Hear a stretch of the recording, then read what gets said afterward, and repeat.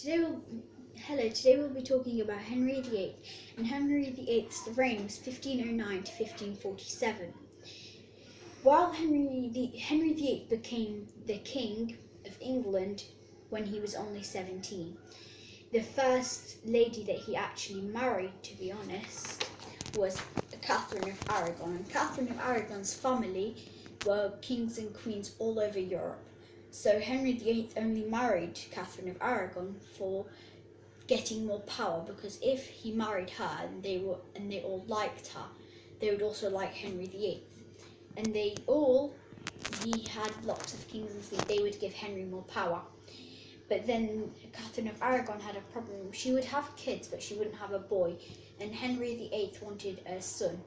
So after they got married, because the Pope and stuff were in charge, the Pope Church and the God were in charge, Henry asked the Pope if he could cancel the marriage, but the Pope did not agree to it. So he decided to go against the Church of England and separated the Church of England from the Roman Catholic Church as part of English Reformation, and had 6 wives. And as he had 6 wives, after Catherine of Aragon, he in the end created the Church of England and divorced her. And Anne Boleyn, then he went on to Anne Boleyn. Anne Boleyn was one of them who was beheaded, because 2 of his wives were beheaded out of the 6.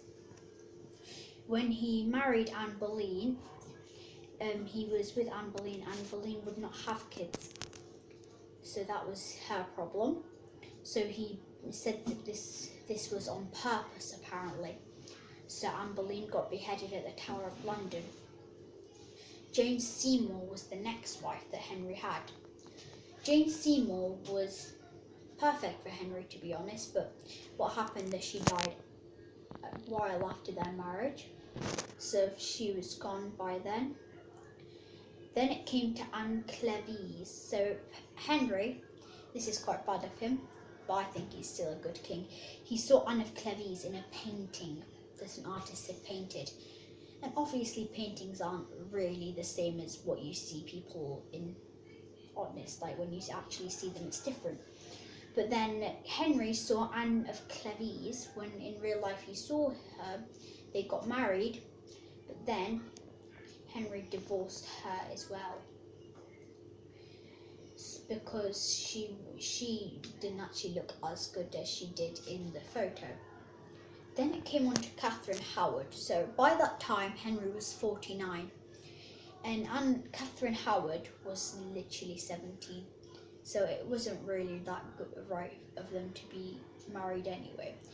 But Catherine Howard did seem to have a relationship with other men as well as with Henry.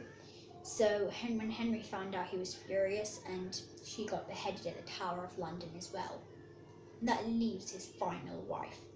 His final wife was Catherine Parr, the one which actually survived Henry.